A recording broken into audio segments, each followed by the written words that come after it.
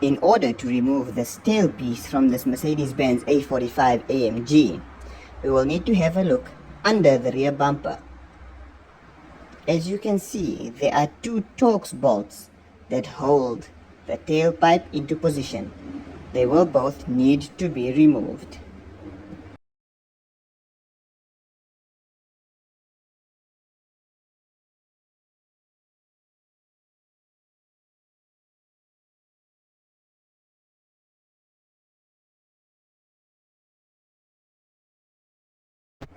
As you can see, once the two bolts are removed, the tailpipe is completely loose and can simply be removed from the rear bumper diffuser.